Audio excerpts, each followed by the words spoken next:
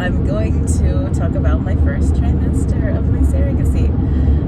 Right now, I am 18 weeks, so I'm like into my second trimester, and everything's going pretty good, but it has been a kind of rocky journey.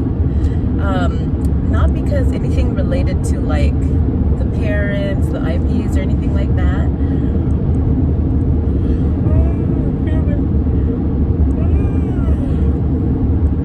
No, it's more because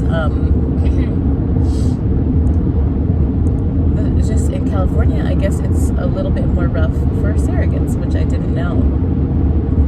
So my first issue that I was having is with the insurance that the IPs had gotten for me. So I have Kaiser through my husband and his work, and for some reason Kaiser is not really surrogacy friendly. They want to take, I forgot what the exact number was, but I want to say between like 30% or 20 to 30% of your compensation for your surrogacy journey for you to use their insurance while you're a surrogate. So like if I went to, like had their doctors come and attend to me during my time in the hospital, then I'm going to give them a lot of the money that I'm going to be receiving for the pain and suffering of being pregnant for 9 months with someone's baby, the emotional distress of having to go through this whole process, because it does take its toll on you, and it does, like, it's like, I don't know, you have to work your schedule around like doctor's appointments and things like there are inconveniences. I'm not gonna lie about that. So that's why there is that, what's that called? That compensation for carrying a child for another family, as there should be. Anyway, so that insurance wasn't gonna be like an option for us. So the IPs or the intended parents got me insurance through Anthem Blue Cross, I believe, and I'm just using that. But when it came to find a doctor at 10 weeks, mind you, that I couldn't find one in my area at all. I was calling and going into the doctor's offices and just trying my hardest to find someone who would take that insurance, and nobody did in my area. And so now I'm having to drive to Bakersfield, which is an hour and 15 minutes away, every time I need to go to the doctor. And then when I go to deliver, I have to have the baby in Bakersfield. And I don't know if any of you guys have ever been to Bakersfield or seen Bakersfield, but it is a scary place. Like, first of all, it's an hour and 15 minutes away, so if I'm in labor, that's gonna be iffy. Like, we might have the baby in the car. And then also, it's scary. There's like a lot of poverty and things like that in Bakersfield, and it's not like a place where you want to give birth, in my opinion. And then to have my IPs having to go travel there, and then I feel like that will give them the wrong idea about me when they see that like I'm delivering out of this like janky place. So that is my gripe with everything that I'm going through now as a surrogate in California. Like, it's not as easy as I thought it would be. I thought, okay, immediately 10 weeks, get my doctor, no problem, just like with my other children. And that is not the case. This is actually my first visit with a doctor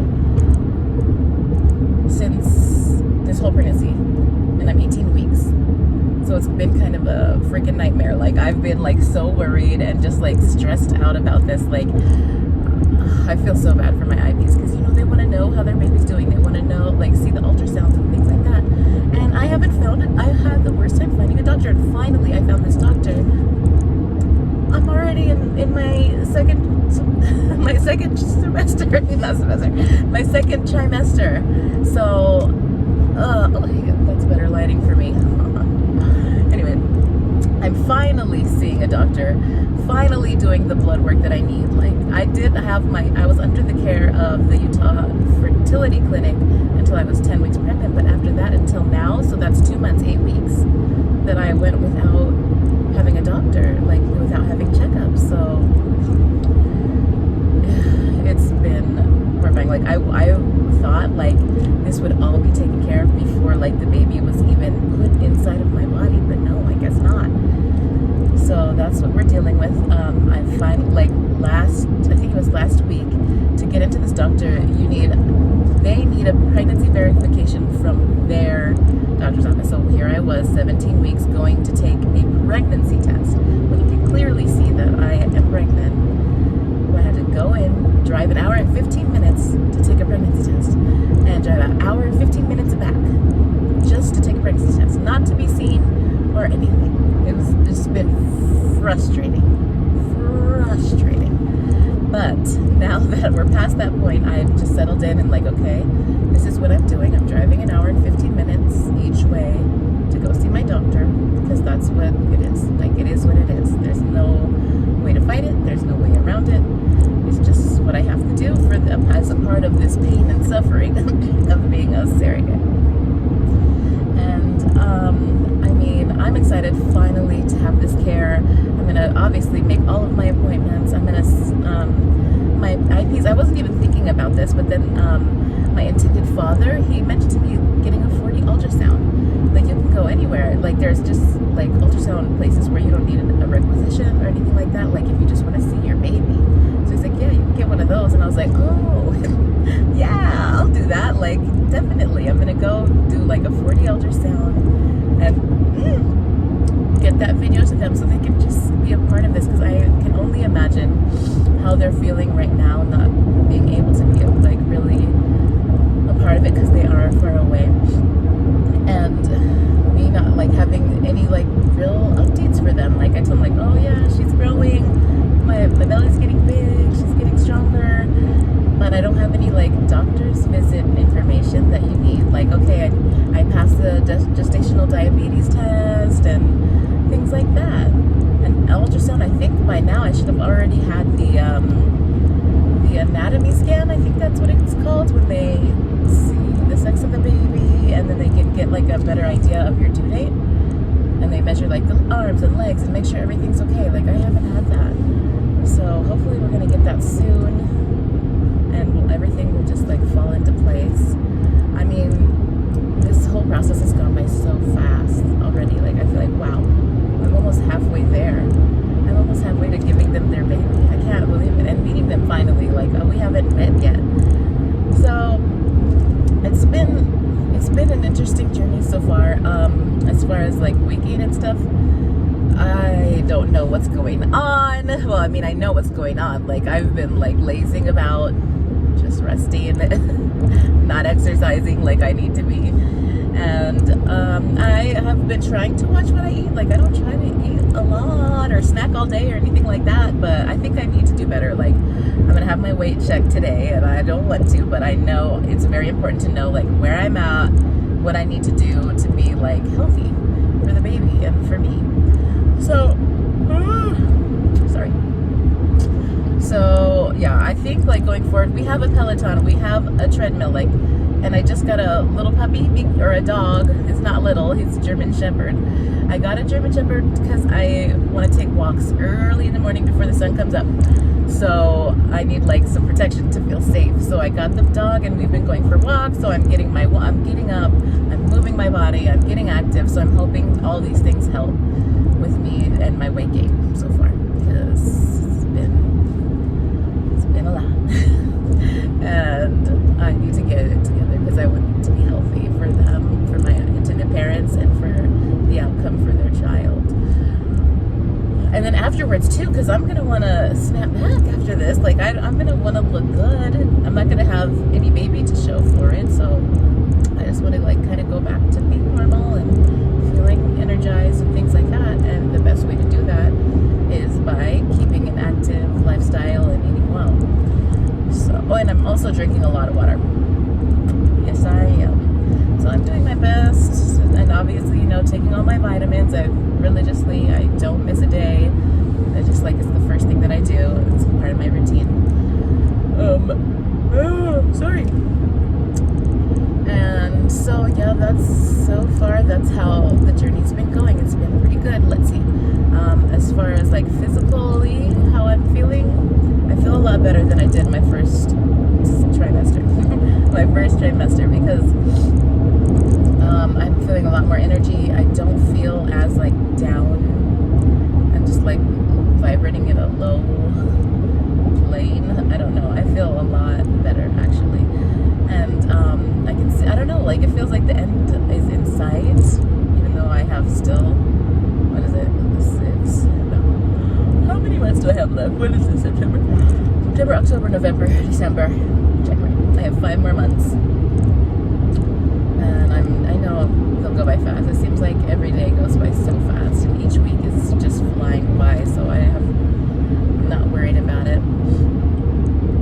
So I'm out here on my way to my doctor's appointment.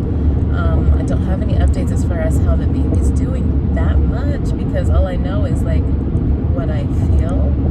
I haven't had ultrasound in 8 weeks. I haven't had any blood work done in 8 weeks.